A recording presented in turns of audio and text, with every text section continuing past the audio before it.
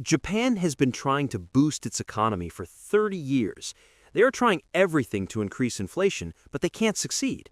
Inflation is either negative or around zero. This has caused very serious damage to the Japanese economy. But doesn't everyone want low inflation? Why do the Japanese want the opposite? Let me explain. In countries with high inflation, prices constantly rise because of inflation. In Japan, prices either stay the same or even fall. As I've explained so far, low inflation sounds nice, right? So where is the bad side of low inflation? When you see the phrase, "how low inflation harmed Japan" in the title, you may be surprised, because Japan is currently the world's fifth largest economy. Income per capita is $32,000.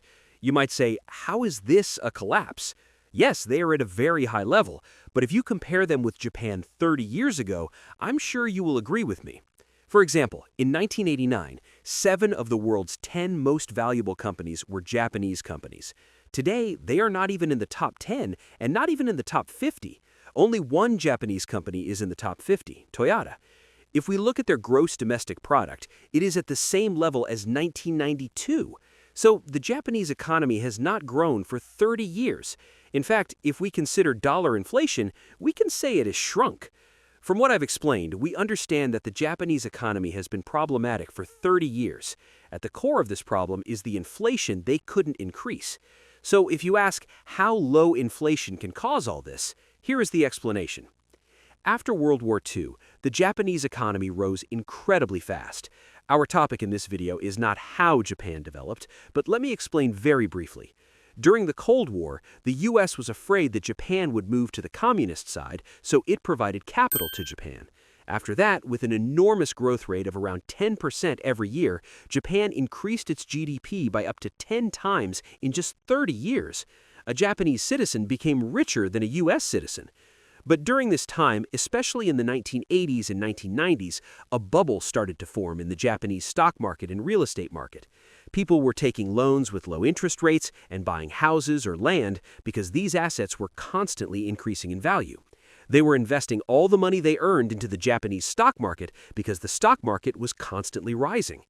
At some point, the bubble burst. Real estate prices and company share prices fell sharply. When people and companies saw that the prices of assets they bought with debt had fallen, they said, "I shouldn't spend money now. I should focus on paying my debts." To help you imagine, think of yourself as a Japanese person who takes a loan and buys a house. Let's say the value of the house you bought is 1,000,000 yen.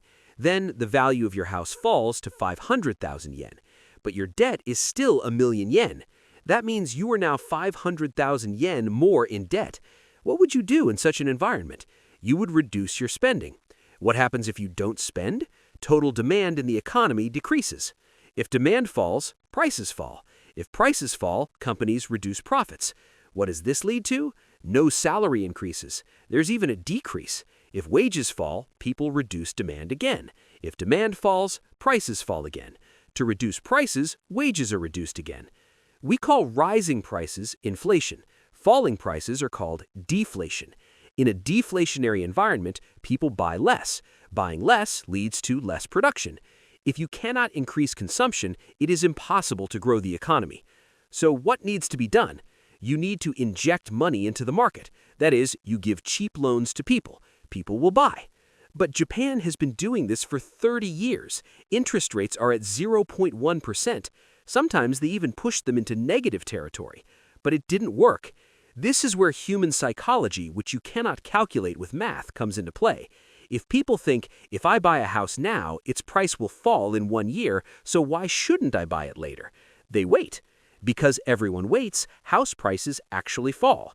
So because they think prices will fall, they don't buy. Because prices fall, they don't buy again. Prices fall again. So even with zero interest rates, taking a loan becomes illogical in this economy. In fact, the well-known idea that if you increase the money supply, inflation will increase, doesn't work in Japan.